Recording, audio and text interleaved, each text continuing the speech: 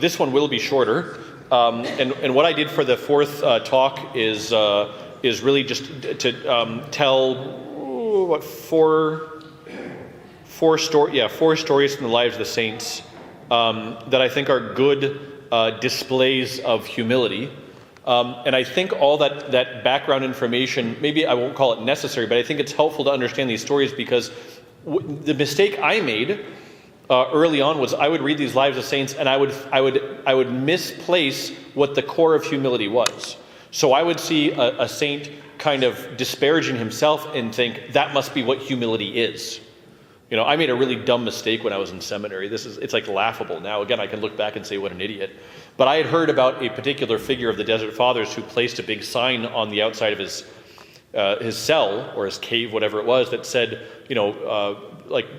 beware, herein lies a great sinner. You know, basically telling people, don't come to me for advice. I don't know what I'm doing.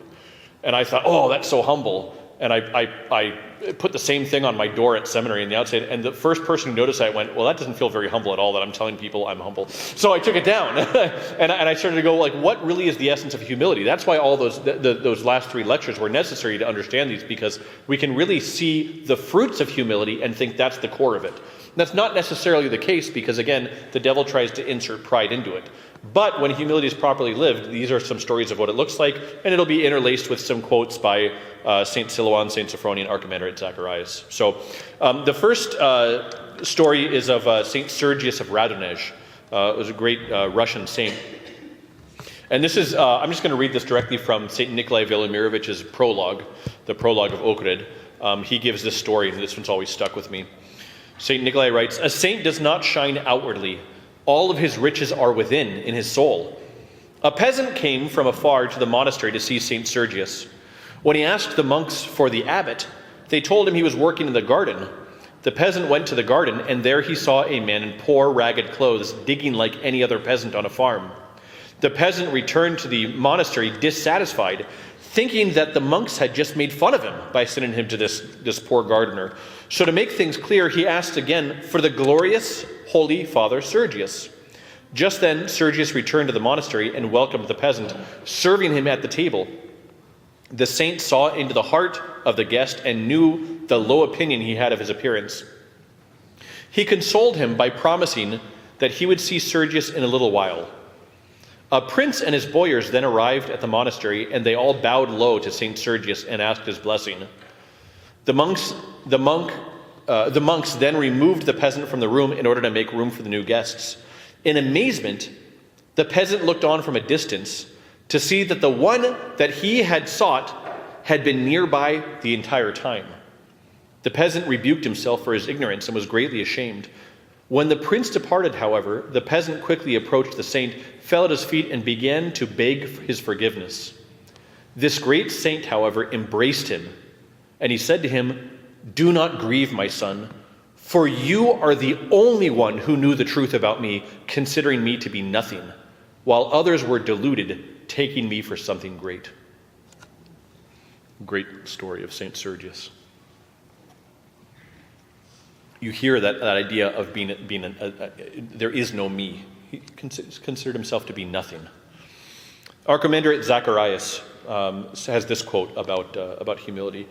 He says, "The gospel is a school of humble and perfect love." If you want to learn humble and perfect love, study the Gospels. St. Sophrony, two quotes from him. These are both from the book I Know a Man in Christ. "The beginning of the spiritual life is a sense of sinfulness." We read this one earlier too. "One feels that one is worse than even an animal and unworthy of God's love.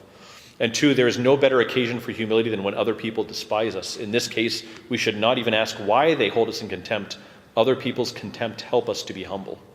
You can see both of those right in the life of St. Sergius. Okay, very famous story of St. Macarius the Great. This is, I'm sure you've heard this story before, some of you have. This is one of the great stories from the Desert Fathers. A certain young girl in the village near where St. Macarius struggled became pregnant, and she accused Father Macarius of fathering her unborn child. She did this to protect the man who she had actually been with. The people, without weighing the matter, immediately sought out Macarius and brought him back to the village. They beat him and whipped Father Macarius severely and hung huge black pots around his neck. He was forced to go before the village while they were mocking him and saying, "This monk seduced our daughter, let him be hanged." With the merciless behavior shown to him, he continued in humility. When allowed to return to his cell, he gave a young man all of the mats he had been making. That was his handiwork, was to make mats, from the work of his hands. Father Macarius instructed the young man with these words, "Sell these mats and give all of the proceeds to my wife, that she may eat." Father Macarius, in thought, had accepted this young woman as his wife without a single denial or bitter thought. He worked night and day making mats to send money to her. Humility was the mother of forgiveness in the saint's soul. At the time that the young girl's delivery came, she suffered for so many days in labor, but without giving birth. The unbearable pain motivated the girl to finally tell the truth regarding Father Macarius. She related to all that she had falsely accused this priest and that he had never so much as touched her, and she did this to protect one of the villagers. Having not been able to deliver until she confessed, the entire village was remorseful at their judgmental actions.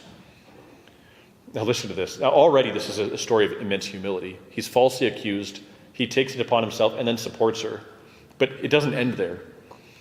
When Father Macarius heard that the villagers were en route to seek his forgiveness, he fled the place where he would live the remainder of his holy life. His humble and forgiving natures were the clothes in which he would wear throughout his life. So when he was falsely accused, he stayed. When he was praised, he fled.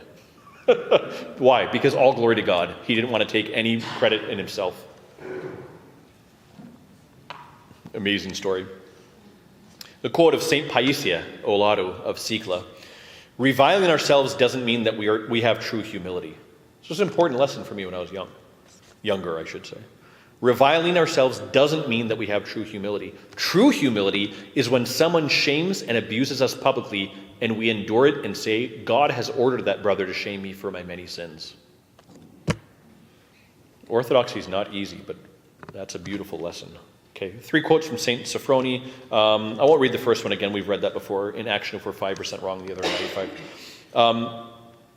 Here's another quote. "Those who hate themselves," and then it says in parentheses, really their passions, what they hate is their passions, "are the true theologians of the church. Unless someone hates himself unto death, he cannot be a disciple of Christ and a teacher of the people."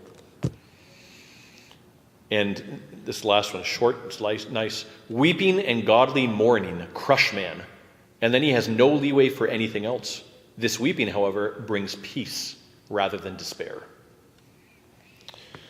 This is a famous story of St. Anthony the Great. St. Anthony the Great once prayed, "Lord, reveal to me how the faithful person in the city among the noise can reach the spiritual level of the ascetic who dwells in the deep desert."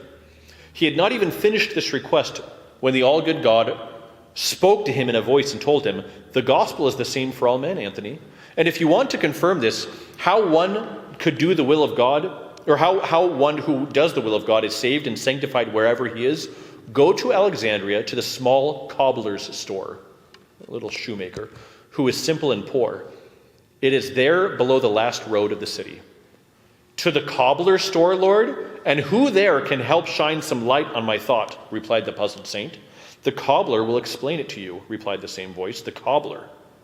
What does this man know about struggles and temptations? What does this poor toiler know of the heights of faith and the truth?" he wondered. His objections, however, could not be straightened by divine explanation. Because of this, at dawn, he traveled to the city. However, as God has shown him, he stopped at the small cobbler store that he found. Happily and reverently, the simple man welcomed him and asked him, "In what way can I be of use to you, great Abba? I am an illiterate and uncouth villager, but for the stranger, whoever he is, I will try and help whatever the need." "The Lord sent for you to teach me," replied the ascetic humbly. The poor worker jumped up in wonder. "Me? What could I, an illiterate one, teach your holiness? I don't know if I have done anything good or noteworthy in my entire life, something which could stand unadulterated before the eyes of God." St. Anthony replied, "Still, tell me what you do. How do you pass your day? God knows he weighs and judges things differently than us." The cobbler finally replied, "I, Abba, have never done anything good. I only struggle to keep the holy teachings of the gospel. And further, I try to never to forget, to never overlook my shortcomings and my spiritual fruitlessness.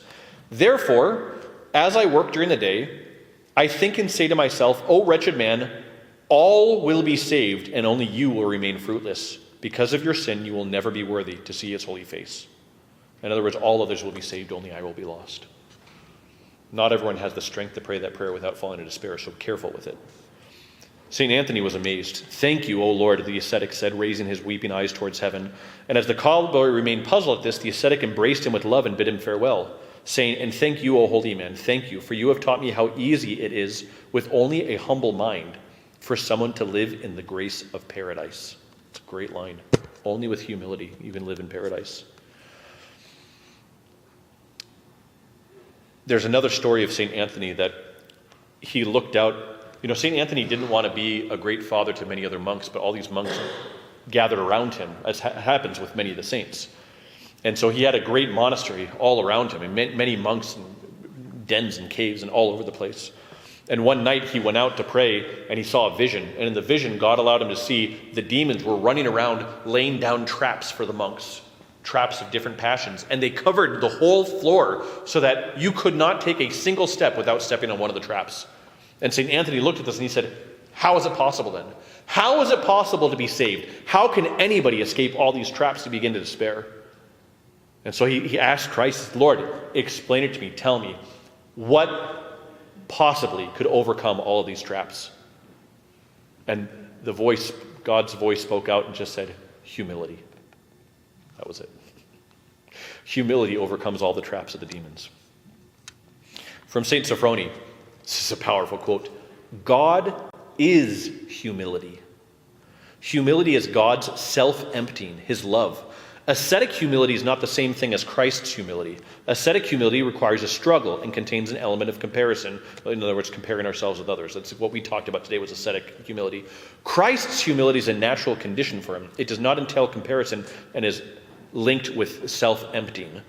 He talks later, and I didn't go into this because I don't think it's necessary, but he talks about how there are two types of humility: ascetic, which is what we strive for, and then the humility that is given by God to the holiest of saints. And he says that humility cannot be put into words. You just simply can't. So I didn't. That's why. Another one. There are many degrees of humility. The first is the recognition of sinfulness. The second, man compares himself with the perfect law and sees that he is worse than everyone else. Thirdly, he accepts charismas or gifts of grace as gifts from God. Fourthly, he sees the humility of Christ. One more quote. Someone ought not to humble himself before those. This is why I mentioned this before. Someone ought not to humble himself before those who do not humble themselves, because they will perceive it as a weakness and will go on to strangle him, thus making themselves worse. When those who are born again in the Spirit meet someone humble, they humble themselves even more. Whereas those who are not born again, when they meet someone humble, take the opportunity to impose themselves on him. That's where he warns. Sometimes you have to put humility away, but for a moment, and correct somebody and then go back. Okay, one more little story. This is about St. Athanasius of Mount Athos. St. Athanasius of Mount Athos is seen as the founder of Mount Athos. There were ascetics on Mount Athos before him, but he's the one who began what we call cenobitic monasticism, or communal monasticism. There were just hermits there before. Well, St. Athanasius, I'll just tell you the story instead of reading it. St. Athanasius was actually a monk of very holy life and great learning in Constantinople. He was known even by the emperor himself. The emperor knew of Athanasius. He was recognized for being a great struggler and very, very brilliant. And so he was very beloved in the empire at the time. And he decided that he didn't want any earthly glory whatsoever, and this was too much of a temptation, and so he said, I'm just going to run away from it all. And so in the middle of the night, he left the monastery, escaped, and he went to Mount Athos. And when he went to Mount Athos, he found this elder with this little Kelly, this little small group of monks around him. And he went to the abbot, and he told the abbot that he was just the abbot said, "Who are you?" And he said, "Oh, I just came on a ship." In other words, he presented himself as a sailor. I'm just a simple sailor, but I'm looking to become a monk, and I need to place myself in obedience to someone. And I prayed to God to reveal to me the right person, and God revealed to me you, and so I'm coming to place myself in obedience to you and learn how to become a monk. He's already this great holy monk that's known by the emperor himself. And so he becomes a simple monk, and he's given the lowliest tasks of the monastery. And then he goes to the abbot one day, and he says, I have a request. Would you teach me how to read? I'm illiterate. Can you teach me how to read? He was one of the most learned men in the empire. He knew how to read. So the abbot says, yeah, I can teach you how to read.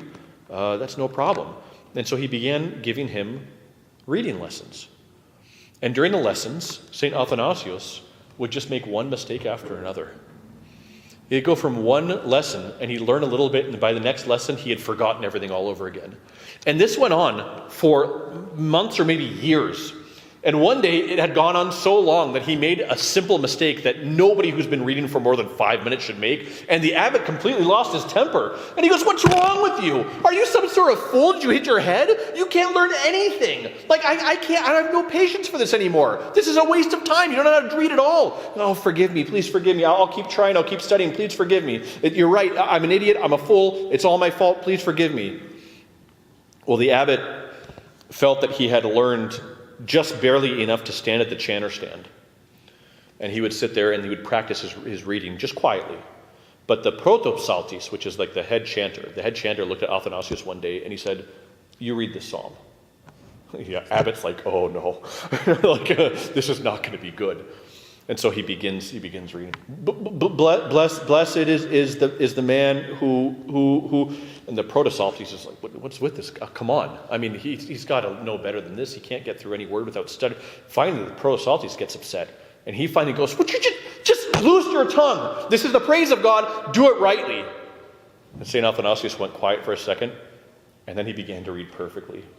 And it was read with such beauty and such heart that, of course, the abbot is stunned. All the monks are stunned. People begin weeping because of how beautifully he prays. And they're like, "What in the world is going on?"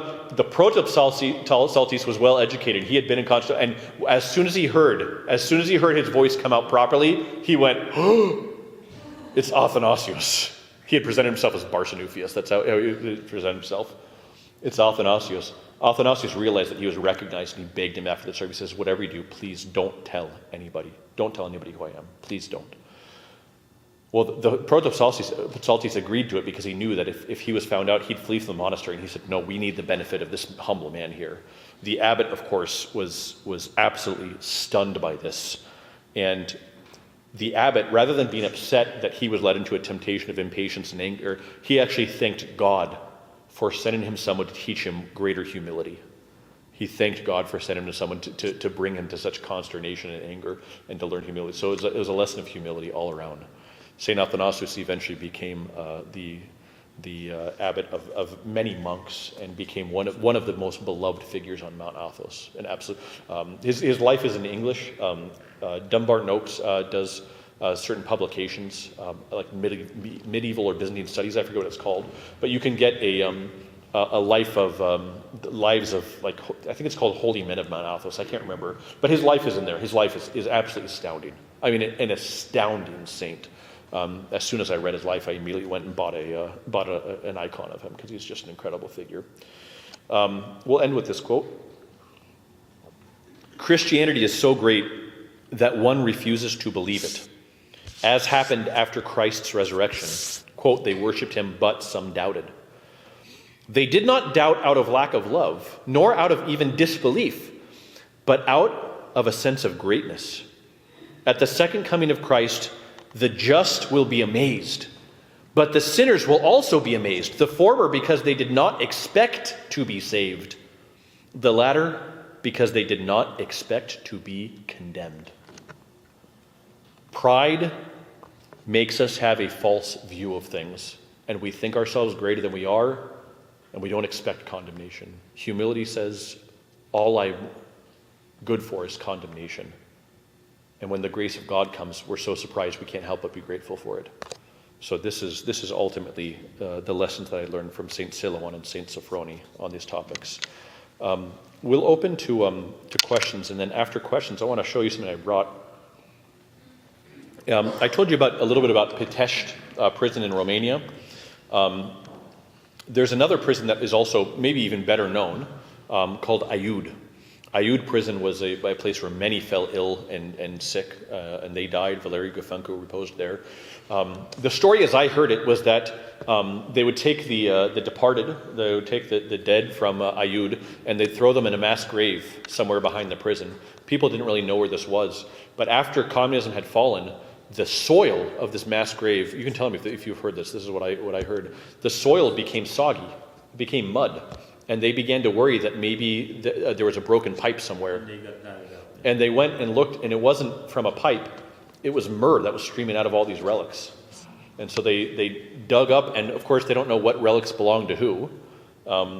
But you know how I was a bold idiot, and I asked for that hidden saint of Sicla Monastery and asked for a relic? Well, when I was in Romania, I just asked for relics anywhere I went. And the abbot of Petru Voda gave me the relic of one of these unknown saints of Aiud prison. And so I always am worried that people will be disappointed with my talks. And so I thought, well, what will make up for it if I bring a relic that they can venerate at the end of the talk? And so at the end of the talk, you can come and venerate. This one's not fragrant, but it is a relic. It's got that beautiful hue to it, so that's a sign of sanctity. So you can venerate this example of humility, an unknown holy figure from Aiud prison, killed by the communists for his faith. So at the end of the talk, you can come up and venerate. Okay, questions? I'd like you to tell us about yourself, where you were born, where you went to seminary, where you were raised, how you met your wife. You know, I could play a little trick on you and say, I just told you there is no me, so I have no history. Like an interrogation. Yeah, yes. Talking about the communist theories. I was born in, I was about to say something very disparaging. Father Josiah doesn't like it when we make fun of California. I was born in California, near San Francisco. I was actually born in San Francisco, but grew up near there. My family was Lutheran up until 1996. It was an Episcopalian priest who actually pointed us to Orthodoxy. He said, if you want a faith that won't leave you, become Orthodox. I think my mom probably responded by saying, we will never become Jewish, how dare you? Because we had no idea. We had no idea what Orthodoxy was. We found a Greek Orthodox parish. We had a service to receive all of us. It was one of my sisters, myself, two cousins, my aunt, my uncle, my parents, and another family that we had all gone to church together for years. We all were brought to the church at the same time. I went to Gonzaga University in Spokane, Washington, to study political science and philosophy, believe it or not. I wanted to be a speechwriter at the time. And that's when I started really, through a visitation, I would say, of St. Nectarios. I started to pay attention to my faith. I started to realize about modern saints and that our faith is living. And not long after that, St. Nectarios, again, I felt him speak to me and tell me to go to seminary. And that's a long story. But after that, I went to seminary. I've served 3 parishes. I was 2 years an assistant in Cincinnati, Ohio, at a Greek parish. Then I was at a Greek parish for a few years in the Denver metropolis. And then I took a little time off to do a master's in counseling. I never finished it because I got too busy, because I had a friend who was leaving the Antiochian parish in Salt Lake City as the assistant, and he said, I think you'll be a good fit. I think you should come here. So I went. I was the assistant for a few years, and then I became the sole priest for the last 4 years, I think. 4.5 years I've been the sole priest, up until December when I finally got an assistant. So thank God I'm no longer the sole priest. So that's about the short and long of it. My wife, she's from Romania. She, because of her uncle, she was convinced to come to the undergrad connected to the seminary in Boston. So I met her there. She's pregnant with child number 6 and due in April 22nd. She's going to be induced. I chose the date because it's my mom's birthday. Now I'll never forget my mom's birthday again. So they said April 23rd. I said, no, that's when I think my mom's birthday is. I know it's the 22nd. Make it the 22nd. And her wife's uncle is Father Dan Suchu, so some of you know him. Yeah. Because he used to serve in this parish. Yeah, Father Dan Suchu was here, and then he was on disability for about over 10 years with severe back problems until he went and knelt before the grave of the newly glorified Saint Arseni Boca in Romania. And he prayed for his family, but instead of his family, Saint Arseni visited him and healed him of his back problems. And now he goes around giving lectures. So if you speak Romanian, I know there aren't a lot here, but if you do, you can go online and you can look on YouTube and you can actually see him talking with the Metropolitan about the glorification of St. Arseni and the miracle he experienced there. It's amazing. Okay. Yes? So, Paul, they're asking this question on behalf of a young friend of mine. It's in regards to secular music and in regards to guarding the heart, the formation of the heart and our senses. Could secular music be seen as something that would be harmful spiritually? Yeah. So the question is about secular music and how we kind of guard our hearts and live the spiritual life with secular music. There's different ways of going about this. I don't know how much secular music today is. The first thing I'll say is just critical. It's not worth it anyway. It's terrible. It's all awful. Music died after the 90s. That's my answer. I used to be actually pretty big into rock and alternative, and my favorite band is actually a Canadian band, Our Lady Peace. I don't know if you know them, but that was my favorite band growing up. What I found was there's two ways of going about this, because the reality is, I think it was Saint Sophrony.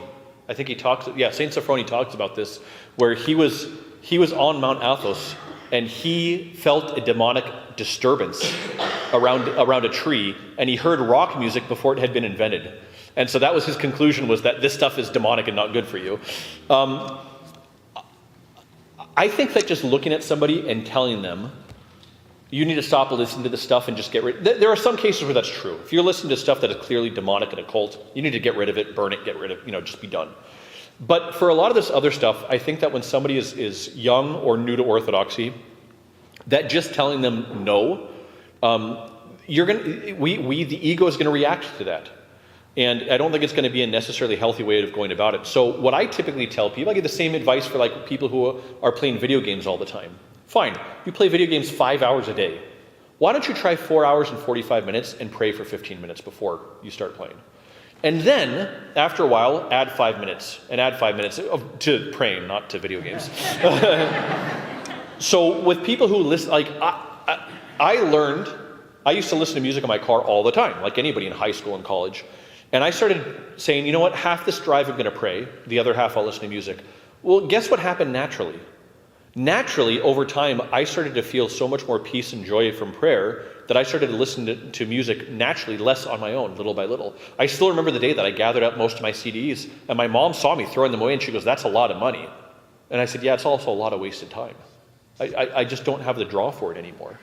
Every now and then, out of nostalgia, I'll want to listen to one of those albums from when I was younger, and it's on my phone. I'll listen. I'll get about a song and a half in and just go, "Oh, I forgot. I don't like this anymore." My heart yearns for prayer. It yearns for stillness. Now, the only way for that to happen is you have to start practicing those things. So my method, and if there's a priest here who disagrees, by all means, follow their advice. I'm not the be-all and end-all at all.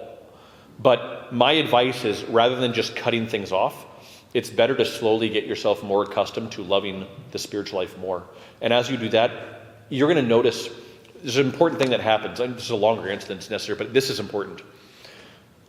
The grace of the Holy Spirit resonates at a certain frequency. It's Father Evan Armadas talks about this, like it's like a tuning fork. And it resonates at a certain frequency. If your life is in tumult and darkness and it's demon-pleasing, even if you're not even thinking about demons, we live but just pleasurable lives that are demon-pleasing, your soul is going to resonate at a very different frequency. And when you get into contact with holiness, that holiness is actually going to be repulsive to you in a way. I know people who have come into the Orthodox Church and they felt something so profound that I listened to the one guy who, his first time in a liturgy, he left 10 minutes in and vomited all over the place outside. He said, the poor parish, he vomited all throughout their garden.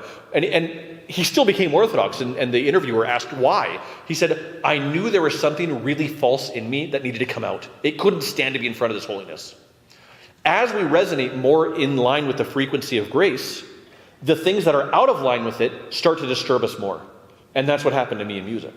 Is I started to realize a lot of this music doesn't resonate at the right frequency, and it actually doesn't make me feel, there's something that feels off in me. So I think that that's a process that will happen naturally, but that means we live it doesn't need to be intense, just a standard life of morning and evening prayers, reading the scriptures, coming to church, going to confession, and reading the lives of the saints. And if you're doing those things a little bit, eventually your soul's going to start really yearning for those things. Mm-hmm. Do you have any advice, Father, from Saint Silouan and Saint Sophrony on battling the demon of lust? Yeah, I started a series on this. It'll be a 20-part series online because there's just so much to say about this.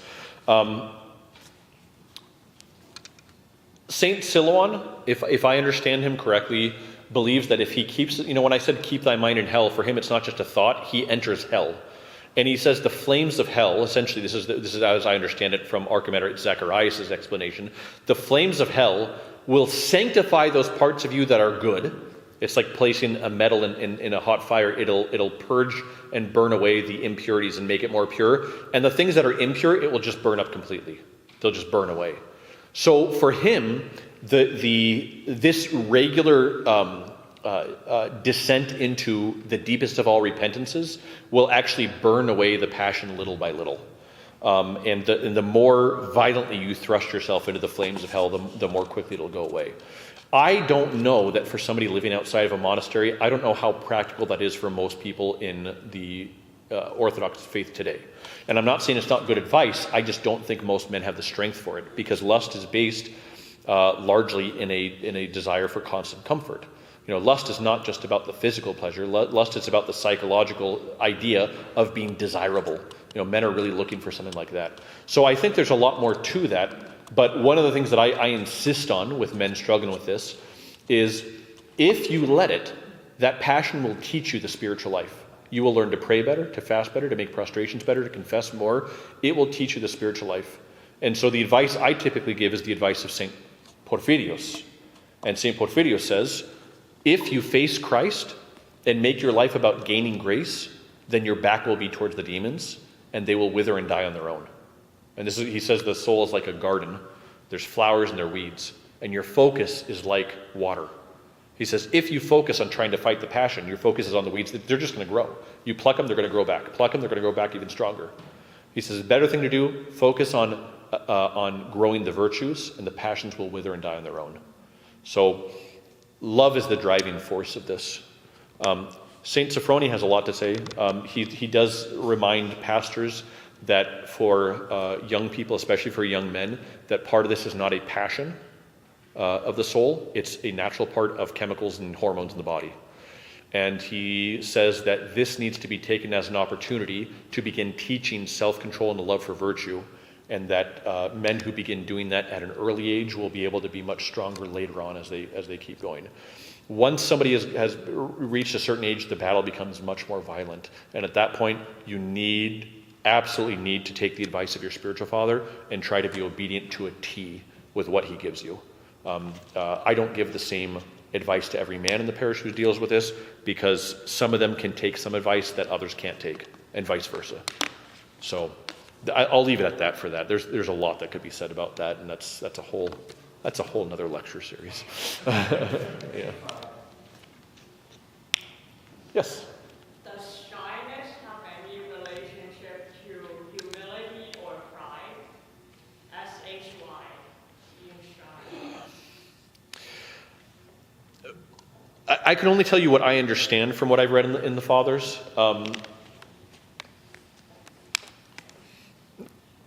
We're all made unique. And so people can just have dispositions that lend themselves more towards shyness and more towards not shyness. People are surprised by this sometimes. I tend to actually be much more introverted than extroverted. I have a tough time. I've gotten used to it. I'm comfortable with it now. But it took about 10 years of my priesthood. I've been a priest for 14 years. It took about 10 years for me to get comfortable being around people all the time. I used to, on Sundays, after fellowship, I'd have to go home and curl up in the fetal position in my bed and just sit for a couple hours because it was really draining for me. It was a sacrifice. So some of it is just personality. So in that character, you have to ask how that character is being expressed. Is it being expressed in a self-centered way or in a self-sacrificial way? And so shyness is not in itself prideful or humble. It depends on kind of what you do with it. I had to learn. It's funny, I say, when I was a kid, there were two things I didn't like. I didn't like to be the center of attention, and I didn't like to sing. So I became a priest. It was really smart. It's just but this became a crucifixion for me. I had to crucify my desire to be more introverted. Now, there are times and places for that, but there are times and places that I can't do that. There are other times where that shyness, I learned as a good emotionless German. I learned the way out of discomfort when you're shy is to joke your way out of it. Well, guess what? Now that's something that I'm really working on as a priest, because sometimes I joke too much and I go, well, the reality is that sometimes it loses the dignity of the priesthood. So it all depends on how you utilize it. And I think those same questions that we talked about come into play. How can I please Christ in this moment? In this moment, I can be shy and still be pleasing to Christ. In this moment, maybe I need to put my shyness away and sacrifice and crucify myself because someone needs me and I need to be available to them. So I think there's always balance with these things. And I will say one other thing about it, that shyness can be taken to an extreme where we cease to be part of the Christian community, and that I don't think is good for us. I think we need to be at least part of the community, especially when we're in an Orthodox parish. Because, I think we talked about this. Regina has a population of about how much? 200,000. Okay, 200,000. How many Orthodox Christians are there? We need to stick together. We need to stick close to one another. It doesn't mean you need to be boisterous. It doesn't mean you just stay for every fellowship all the way. But I tell people, I have a lot of people who tell me at the parish, I have a lot of social anxiety, Father. And I tell them, that's fine. Go to fellowship for 10 minutes. Meet 2 people every week. And guess what will happen? Over time, you're going to be more comfortable, and that social anxiety won't drive you. So you don't want shyness to drive you, and you want to find how you can even sanctify it. Now, it can be a benefit in the sense that you can actually learn to really love solitude and love prayer more. But again, it has to be rightly directed. Like I mentioned Johann David. He said, I like animals more than people. But he used that to become incredibly sanctified and was like a great miracle worker. So it has to be rightly ordered and rightly directed. It's okay to have it. There's nothing wrong with shyness. I had parishioners tell me once, years ago, they said, Father, you seem to be more of an introvert. I go, yeah, I am. And they went, well, we want you to let you know, that's okay. I thought, I didn't think it was a problem, but now I'm starting to wonder, So, it's okay, Father, that you're an introvert. Okay, well, for them, it clearly wasn't. No, shyness, there's nothing wrong with shyness. Nothing wrong with it, but rightly order it before Christ. So then, I was always wondering in Revelation, what did it mean, like the cowardly? And I was thinking, would being scared be prideful or is that? Shyness and fear I don't think are the same thing.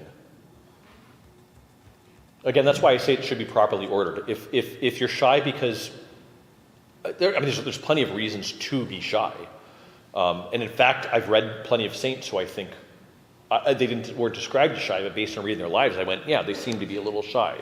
They don't like to be around people too much, but improperly ordered, shyness is about protecting yourself, and there's a fear of being exposed.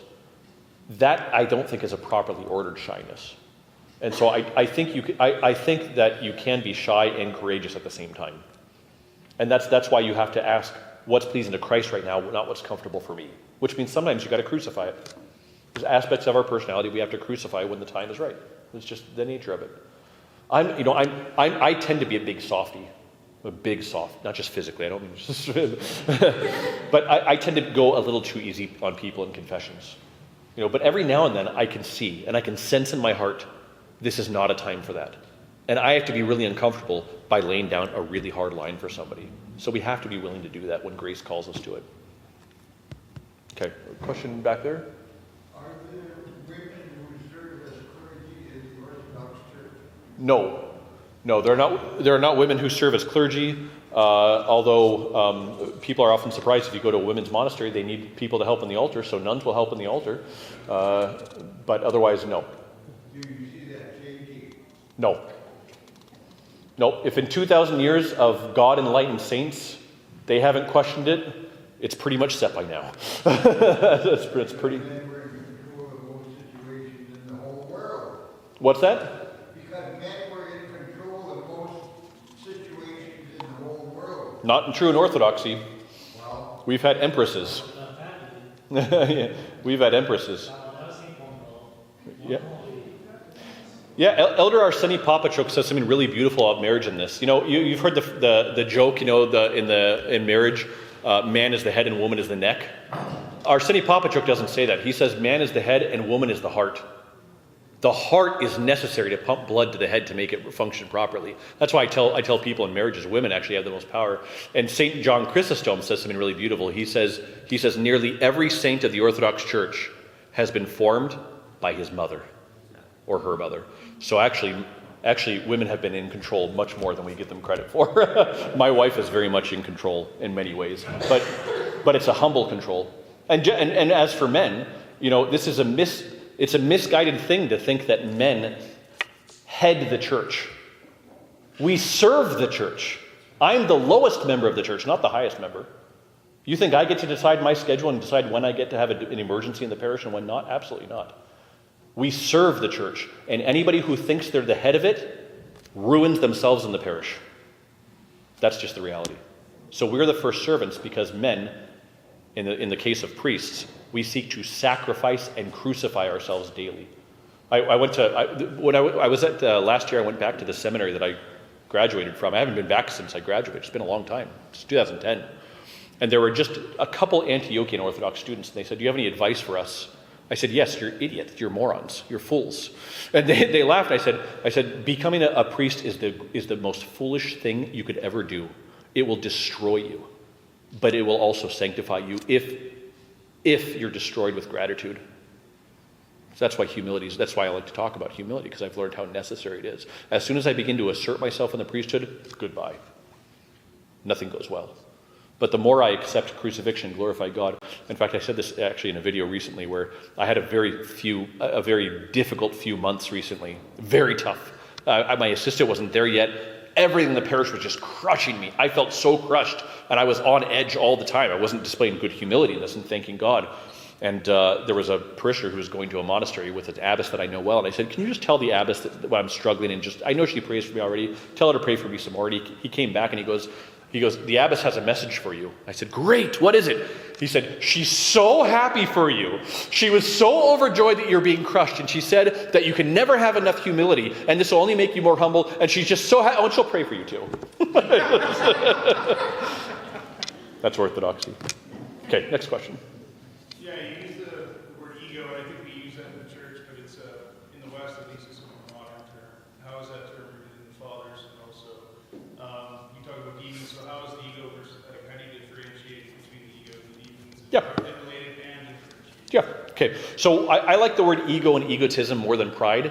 And I like it because of something that Mother Silouan Vlad, it's another Romanian, she says. She studied psychology, but she also deeply immersed herself in the spirituality of the church. And she said she found this interesting phenomenon that when she would talk to young people and she'd say, "Are you prideful?" They'd say, "No, I'm not prideful at all." "You have any pride?" "No, I don't have any pride." "Do you sometimes have self-love and egoism?" And they'd go, "Oh, yeah, all the time." And so they don't seem to, there seems to be a disconnect with the church language. And so she would use that modern language because it was more relatable. And I found that in my ministry to be generally true as well. Okay, how do the demons relate to the ego? Well,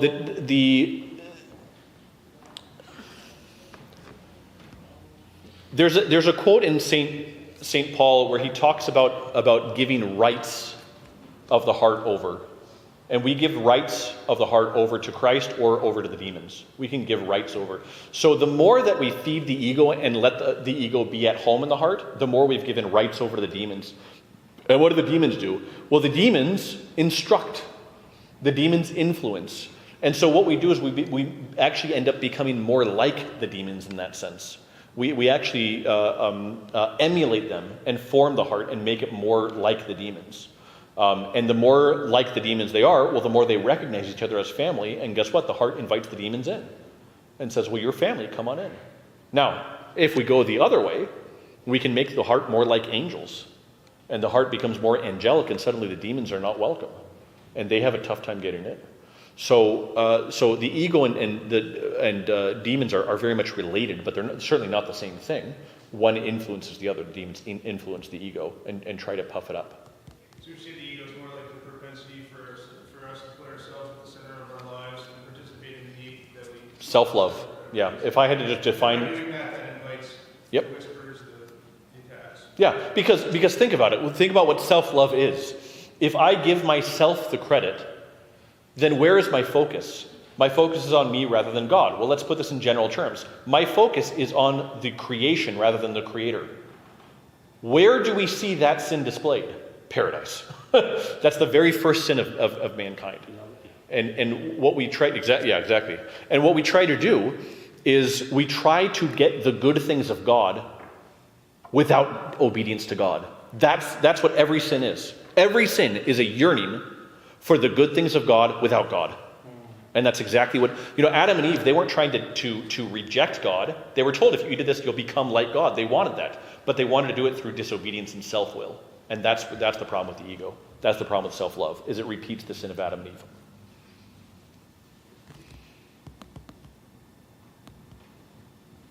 Yes? Because like modern language now uses, how do you differentiate like self-pride versus you say, oh, I'm proud of you for doing something.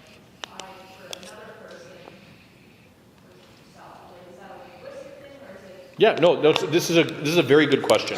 How do you properly praise somebody, especially children, when it comes to these things? It might have been St. Paisius, I can't remember, but one of them said, you should never praise your child, but you can praise their actions. The difference being, when my child does something well, I don't say, you're so great, I say, what you did was good. And St. John Chrysostom talks a lot about this too, that you want to encourage virtue in them and encourage them to keep living in virtue. And so what I try to do with my children is when they do something, like for instance, the 5-year-old and the 2-year-old are arguing over a toy. That happened once, I think, maybe. Once every 10 minutes. And every now and then, either of them might say, you know what, you play with it, let me know when you're done. The 2-year-old won't say it in those words, but my 5-year-old's named Dometier, and he'll say, Met, he calls him Met. He goes, Met play now, Met play. And so when that happens, I will take them, and typically this is what I'll say, what you just did was very good. That was humble, and it was self-sacrificial. That was very, very good. And then I tell them, let's thank God that Christ inspired you to do that. And that encourages them in that behavior without telling them, you're so great because you did that. So we found out this year that my oldest daughter, who's 11, is very good at basketball. We had no idea. She played basketball for the first time and became this top scorer. And that's the same type of thing. A lot of the parents around me, very, very well-meaning, we're talking about how great she was and how whatever it was. But I would always tell her, this was a big surprise. I said, let's thank God. This was a great gift. Glory to God. But when we get home, the talk of the game is over and we're back to life. So we're not gonna try to pad the ego in that. So it's perfectly fine to offer that, but you want to be cautious too. When it comes to not children, when it comes to other people, you also want to find out. You want to be able to, let's say, investigate a little bit how they take compliments, because for some people it ruins them. They become they are just worse off because of it. Other people, they could use a little encouragement. So you have to be able to gauge that and have a little discernment with it, and just be cautious. I think, this is connected to something that you didn't ask about, but it's connected to the fact that our culture has inverted virtue. We no longer hold up, and the Roman society was the same. They thought pride was a good. If you read old letters of Romans, they start off their letters by talking about all their accomplishments and how great they are, and you go, "What? This guy's so arrogant." No, it was expected. And so when they found out that Christians valued humility, they thought the Christians were nuts. Well, we're seeing the same thing happen now. And our greatest value, niceness. Niceness is the greatest value in the world. No, Christ was kind-hearted, but he was not nice. He was not nice. And niceness can ruin people because it makes people afraid to hear truth. So don't just go to be nice. Try to be kind-hearted and beneficial to people, and that will change how you compliment people, who you compliment, how often, and what words you use.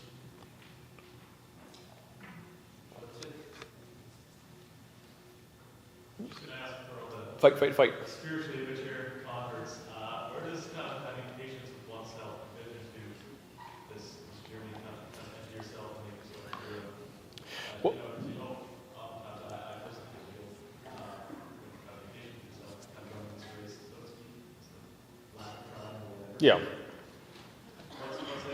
What was the advice for you for the church? Yeah, ultimately what you're asking is what's the difference between being patient with yourself and making excuses for yourself? Because that's the problem. People, again, the devil will take good things and twist it. And the devil will take being patient with yourself with making excuses for yourself. When we're patient with ourselves, patience was, St. Cleopa of Romania has many famous phrases, and one that I use all the time, may heaven consume you, but one of my favorite ones is when he just says patience over and over and over again. This is like the heart of the faith for him. What's the word? What's the word in patience in Romanian? Rabdari, yeah. And you can watch a video of him. Rabdari. He's saying patience. We need to have patience with ourselves. If you don't have patience with yourself, then what you're doing is you're not trying to live up to Christ's love. You're trying to live up to your own expectations because you think you're something. And then what happens is when you fail, you get surprised. That's obviously pride. That's why despair is actually a sign of pride. Despair is me saying, I really thought in my head that I was much greater than I was, and I can't seem to live up to my own greatness, which is why I say humility is just dealing with reality. So how do you be properly patient with yourself? You keep love of Christ and the fulfillment of his commandments at the center. And that's why you say, what can I do in this moment to please Christ? And you can expect, I'm going to be terrible at this. I'm going to fail in this. I'm going to make mistakes. I'm not going to be patient with myself in a sense of making excuses, because that's not in line with Christ's love. But I am going to be patient with myself in the sense of saying, this only happens by grace, and I don't have enough room in my heart yet for grace because I haven't learned humility. And so Christ is letting me fall flat on my face to learn a little bit more humility. That's part of the spiritual life. Fine. And then you stop thinking about yourself. And that's the key. That's why St. Sophrony says, don't spy on yourself. You stop thinking about yourself and you start thinking again, okay, I fell 2 seconds ago. That was dumb. But right now is a new moment. Right now I can be pleasing to Christ. Right now I can repent and I get back in line with Christ. I'm going to focus on right now. Now, if I need to do what I suggested, which was I need to write out how the devil deceived me this time so I don't do it again, do so. By all means, be a wise fighter. But don't live in the past. Question over here. I was wondering what it's like to be Orthodox in Utah. It's great. How is it to be Orthodox in Utah? It's fantastic. I've said this many, many times. You know what the death knell of Mormonism is? The internet. As soon as Mormons could look up their own history, it was over. It was. This is true. So here's what happened. The Mormons, the leadership, put out these things called the gospel topic essays. And they didn't tell anybody they put them online. They didn't tell anybody. And what they were going to do with these gospel topic essays was admit a bunch of stuff that had been proven to be true, but they denied for many, many years. For instance, the idea that Joseph Smith was a fraud gold digger at the beginning of his life. He used to tell people with his scene stones that he could tell where gold was buried if they would pay him a nominal fee. And they would begin to dig, and then he'd say, oh, you must have lacked some faith because the devil was able to bury it deeper than we dug today. But if you pay me some more money, maybe we can find some more. This is what he was doing. Now they admit it. They used to deny it. They admitted that he was a polygamist and that he married women who were quite young. Now, in order to find this out, you have to go through like 3 different sets of footnotes. Like there's a footnote that references another one that references another one. But they're starting to admit all this stuff. So what happens? Someone who leaves Mormonism, they go, my goodness, I feel like I've been lied to my whole life and manipulated and all my money and everything. And they leave Mormonism. And they typically, not always, but they typically go through a little bit of a crisis of faith. And they say, well, how can I ever trust any religion ever again? I'm done. And so they go through this period of angry atheism. And they're really angry at anything called religion because all these people want to do is take your money and manipulate you, and they're all liars and blah, blah, blah, blah, blah. But they hold on to a lot of the good that they learned. And so usually something will click. I had this is a genuine miracle that happened with somebody like this. Somebody who had been, I think maybe 20, 25 years, he'd been an atheist. And he went on Instagram. I'm not on Instagram. I don't like social media, but people clip videos of me all the time. And I was describing this one time, and somebody clipped me talking about angry atheism after leaving Mormonism. He told me that on his Instagram, he had nothing religious. The only videos he ever had that could be described as religious were atheist videos. And out of the blue one day, he opens up Instagram, and there's this priest talking about angry atheists, how they leave Mormonism. Eventually, they start to become faithful again. And he goes, this guy's talking about me. Who is this guy? And he discovers that he lived 40 minutes away from the parish. So he was baptized this past year. I mean, how do you explain that? You can't. There's no explanation. Okay? So here's why it's great. By the time they come to my door, they come to my office, half of the teachings already taught. I don't need to teach them. I don't need to teach them the benefit of family. I don't need to teach them the moral life. I don't need to teach them any of the basic ethics of the faith. They may have to understand them in a different way. It's not just simple rules, yes and no. But I don't need to teach them what a lot of people who didn't come out of Mormonism have to be taught, which is, no, you can't just sleep around with whoever you want. You can't just smoke pot all day long. You can't. They know all that stuff. And they're primed to learn anything that sounds more sane than what they were taught in Mormonism. So it makes people very eager, and I've been asked multiple times by people who visit the parish, they're like, what sort of advertising are you doing to get people to come? None. We don't. I don't have time for that. I would love to sit outside of the table that just asks me about Orthodoxy. I'd love to do that. I don't have time for that. We wanted to do it at the college for years. I don't have time. I barely have time to see my own poor family. I don't have time, but we don't need to, because they're leaving Mormonism in droves. So, I love it. And it makes for nice neighbors, the ones who want to interact with us, and the ones who don't want to interact with us, we have nothing to do with, because they don't want to interact with us. I'll tell you one quick little funny story about this. We got to, when we got there, we met some of our neighbors for the first time, and my wife is talking, she's really excited, because she's meeting what's a potential friend living right next to her. She's really excited. She goes, you and your husband have to come over sometime, and you can come over, and we can have coffee together, and we can do this. And she's like, well, I'll come over, but you know, just water will be fine. She goes, no, I've got a Keurig, and I have all these different types of coffee, and you should come. And my husband, he loves Scotch, and your husband come over and drink Scotch. And she goes, well, it's okay. We'll just come over and we'll have water. We don't need to drink anything. And I'm like, Lavinia, shut up, stop it, Lavinia.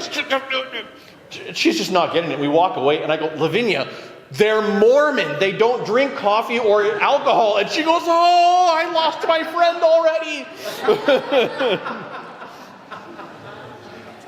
This happened a year later. She made a whole bunch of different types of Christmas cookies, and she makes my favorite, which are rum balls. We call them booze balls. She made booze balls. And I came home, and she was walking home. I said, oh, where are you going? She goes, oh, I just dropped off to some friends. I dropped off a bunch of Christmas cookies. I said, oh, that's nice. I said, but you didn't give them booze balls, did you? And she goes, what's wrong? You were always saying you want to lose weight, but you want to eat all the booze balls for yourself, so I can't give them away. And I just sat there and I went, And as soon as she was done with her rant, I said, my love, they're Mormon. And she went, ooh. So it does create some interesting situations.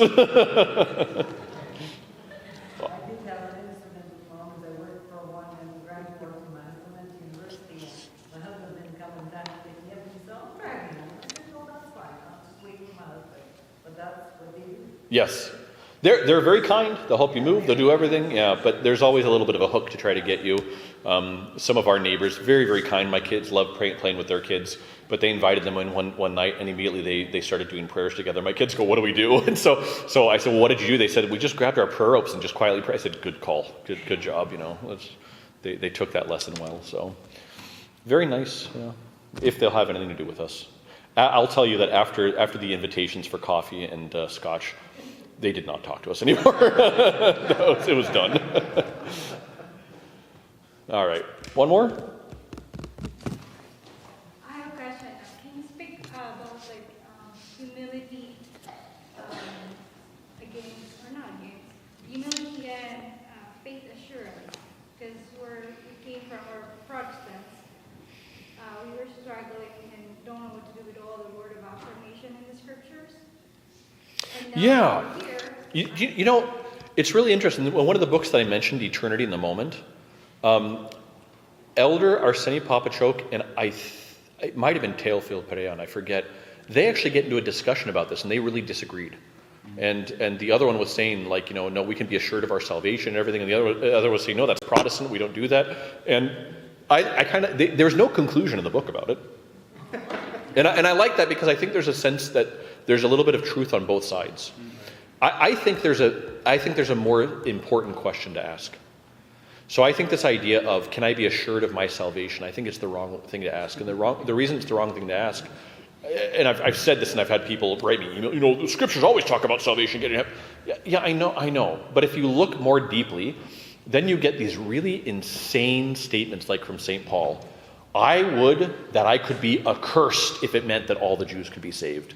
In other words, St. Paul says, if I could make an exchange that all of my brethren could be saved, but I had to be sent to hell, I'd gladly take it. So I think that the question is not, are we sure of our salvation? I think the better question is do you love Christ?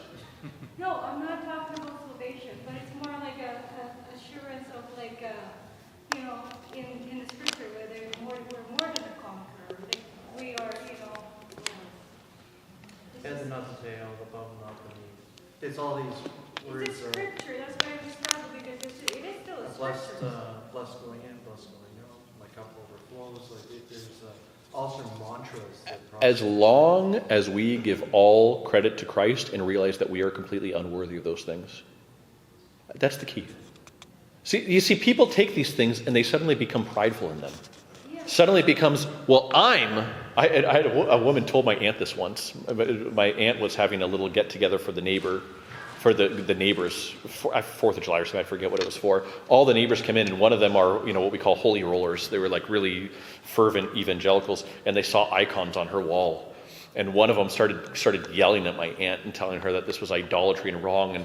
And my aunt's like, I don't think you understand what these are. We don't worship these. And no, I don't want to hear it. And she goes, I don't know what's going to happen to you. But when Christ comes, I'm going to be on my golden chariot and shoot myself into heaven. And she just went on this whole thing. And then my aunt tried to say something, and she literally put her fingers in her ears and said, I'm not listening. And my aunt's like, I don't know what to do with this. Well, I don't know. That, again, publican and Pharisee. This is a woman who says she's doing everything right, but she's doing it the wrong way. And so the fact that we're assured by our Lord, of course He loves us, and He's trying to bring us some peace.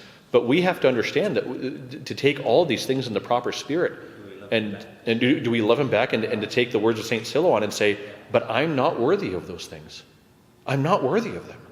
And the fact that Christ showers them on me at all is a sign that we have the most insane thing man could have never come up with this himself. We have a humble God. If that doesn't shake you to your very core, you don't understand it. If mankind had been left to himself to invent a God, the last thing in the world he would have ever invented was a humble God who says, I want to enter your garbage so that I can be there and illumine you and save you. It just doesn't make any sense to us. So you have to take all those verses within the proper context, and the proper context is humility. Humility is the key. If Christ gives you a gift, and you sit there and just bask in it, and even brag about it, you have squandered it and turned a gift into... You've turned the surgical knife into the knife of death.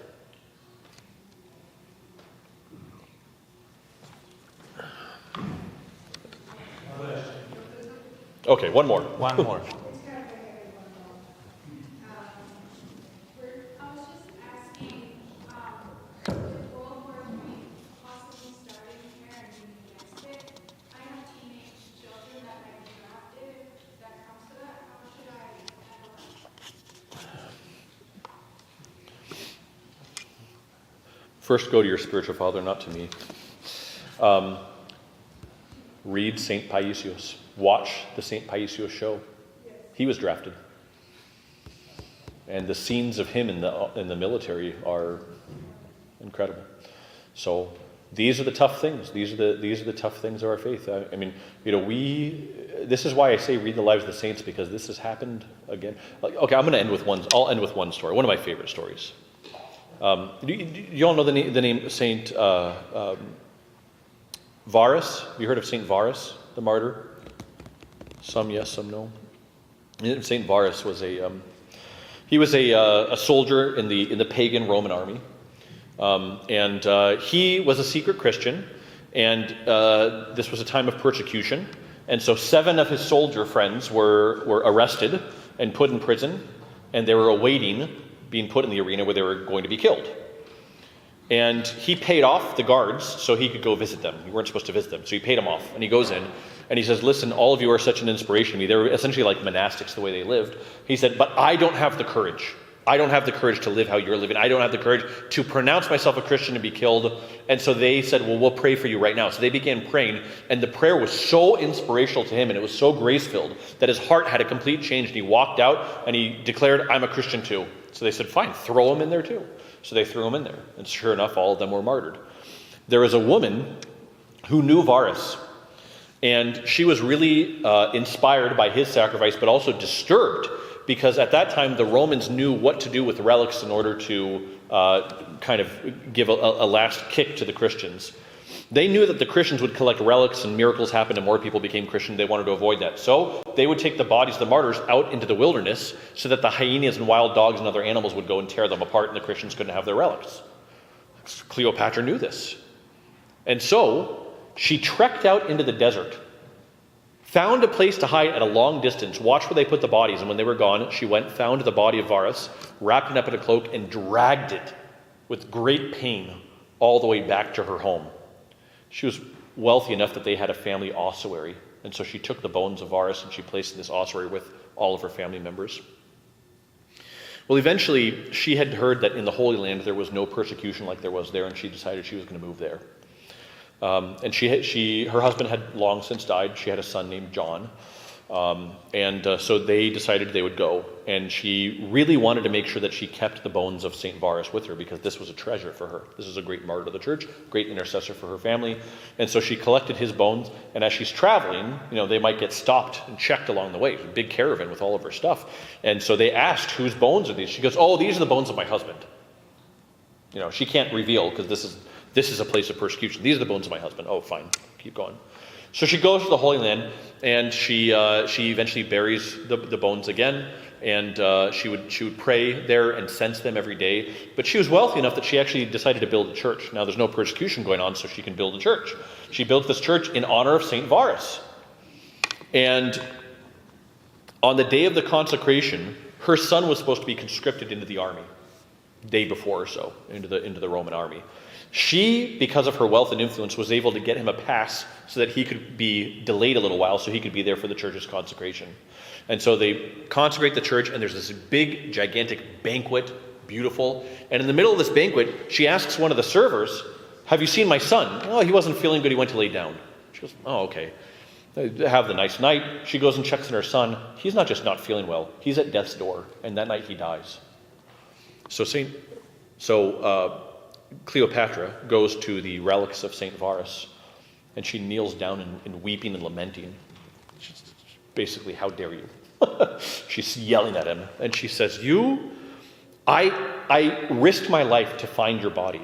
I dragged it all the way back to my family home. I put it in the family ossuary. I lied and said you were my husband so I could take you here. I built a big, beautiful church in your presence. I made sure to get my son delayed in his going to the army. And what do you do to repay me? You take my son. And in her big lament, she collapses to the ground and falls asleep. And as she falls asleep, she has a vision. St. Varus appears to her, beautiful, bright raiment. And he says, Cleopatra, you seem upset with me. What's this about?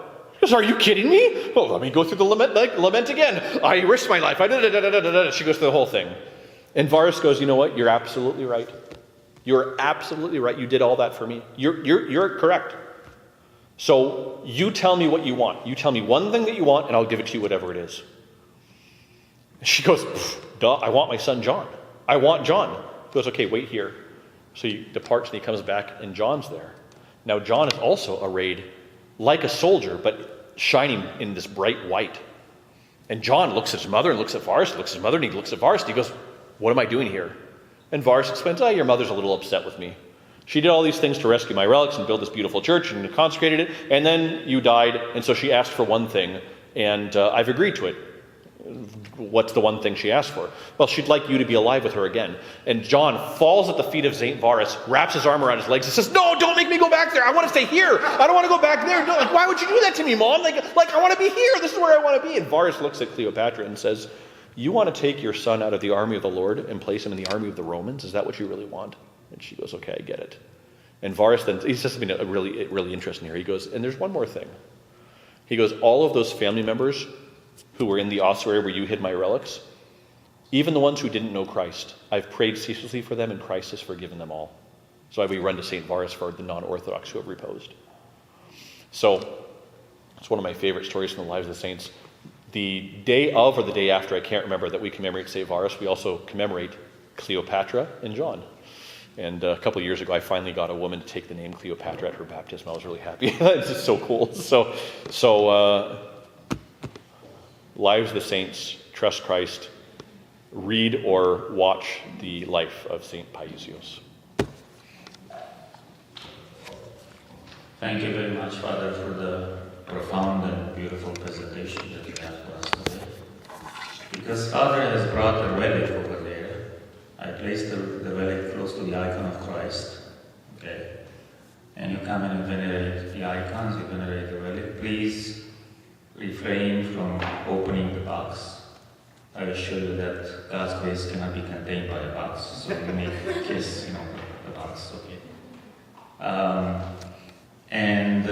Father will be here tomorrow. We'll serve Divine Liturgy together, and then he will also be here for the Mission Vespers, for the Lenten Vespers that we have at 5 here at St. George. So please join us.